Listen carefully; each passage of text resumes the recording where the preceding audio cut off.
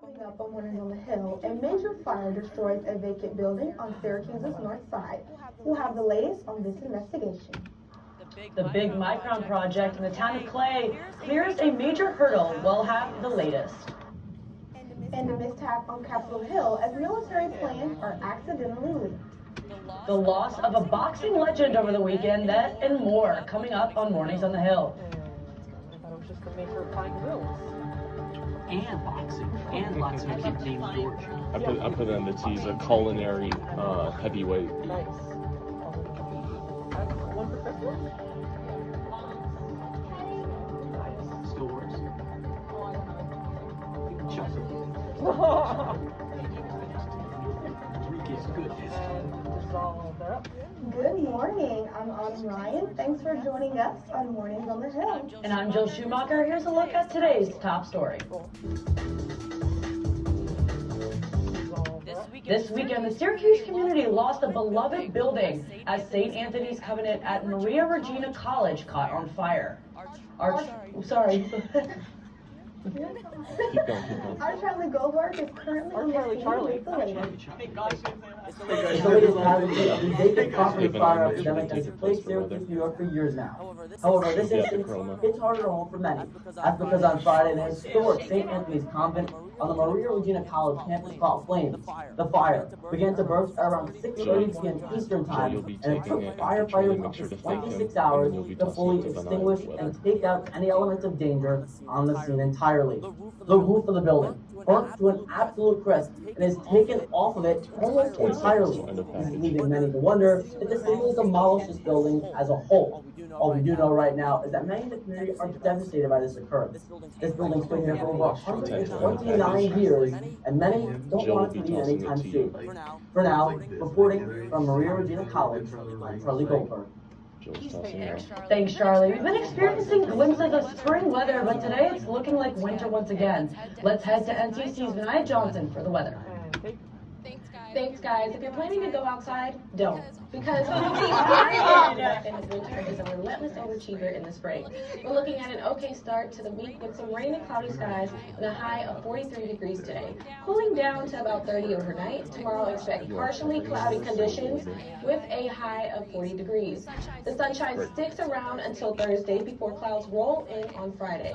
So for the weekend, make sure to wear boots and pack an umbrella. Rain showers move in Saturday and Sunday with about 70% chance of rain.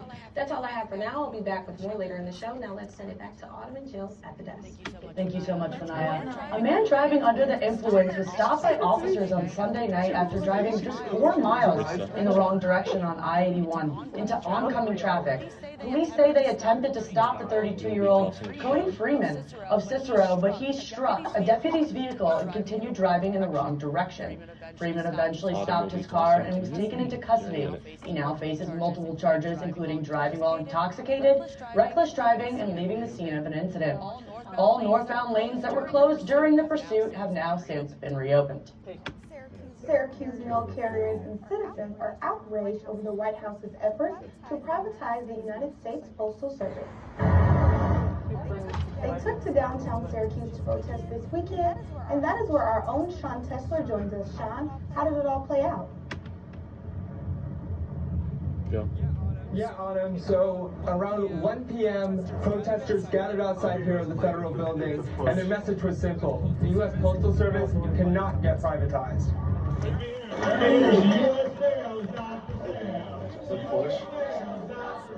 Syracuse letter carriers and residents gathered in front of the federal building, protesting the Trump administration's efforts to privatize the U.S. Postal Service. Tom Dugolensky with the National Association of Letter Carriers says privatization will leave. And this is a 118 long package, so this is just a lot pad. I'm an entrepreneur and I want a delivery service of some type, and I want to make money off my delivery service. Well, I'm not going to deliver every day to places that cost me more. I'm not going to go to the Fultons and the Oswegos every day. With delivery cutbacks comes staff cutbacks. Matthew Ross has been a letter carrier for 8 years. Despite his dedication, Ross says he's worried about his job security. I would definitely think that I would lose my job. Things would not be the same. There would be different initiatives and agendas, and yeah, I probably would have to find another source of income. Letter carriers do more than just deliver the mail. They also build connections with the people in their communities. We've become friends with our postal carrier. He brings us news of the community. He does the collection of food during the campaign that they do every year. The post office is just part of the fabric of the community. Go.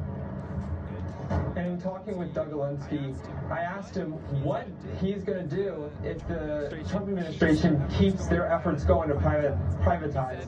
He said they'll continue to fight like hell. In Syracuse, I'm Sean Tessler, Mornings on the Hill. Thanks, Sean. City and county officials are partnering together to open a lead-safe house for families. The 4-unit home located on Lincoln Avenue will serve as temporary housing for families affected by high lead levels.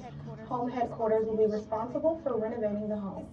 The CEO of Home Headquarters says eventually we could find these lead homes safe in just about every neighborhood.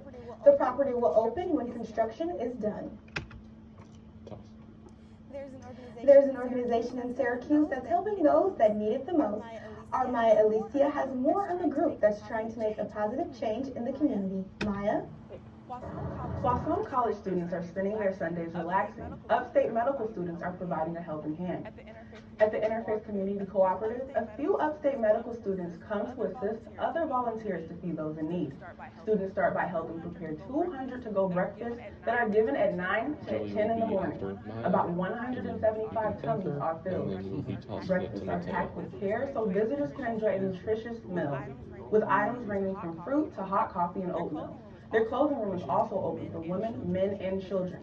Visitors can enjoy their meal at the outdoor tables inside the front lobby or take it home. Health screenings are also available, but one volunteer notes aiding everyone has been challenging. So just be ready for a long toss. One of the opportunities you get to do here is health screenings. We haven't been able to do those much in the past just because of the influx of people, but we hope to do it more in the following months as the winter slows down, the sun comes up, we can kind of focus on their health, see what they need, and refer them to anything that Upstate could offer or any of the local providers can give them as well. They serve everyone, and guests are welcome to join for worship. Autumn and Jill, back to you. Thanks so much, Maya. Since 2022, Micron has been establishing itself here in central New York. The tech company is now taking critical steps to further push the project forward. NCC's Matea Kanicki has more on Micron's plans. Go. Micron Technology has submitted an environmental report, a critical step in the project's development. After 2 years in the making, the report is legally required in order for them to build up to 4 fabrication plants in clay. It's likely to consist of 26 chapters and run to thousands of pages, looking at potential impacts including air and water quality, traffic, job creation, and housing. The next steps for Micron include a 45-day time period for agencies and the public to review and comment on the report. A county response and final issue of the report. Permission must be granted from the state and the U.S. Army Corps of Engineers to fill wetlands and streams and avoid cutting any trees on the site until November 1st. Micron will face a tight schedule to get all of their approvals within this year, but one of their most critical steps has been completed. From Mornings on the Hill, I'm Matea Kanicki. Autumn, Jill, back to you. Thank you, Matea. After the break, we'll go around the nation as fires rage in the Carolinas and a breakdown of President Trump's executive order on the Department of Education. That plus your weather forecast in just a moment.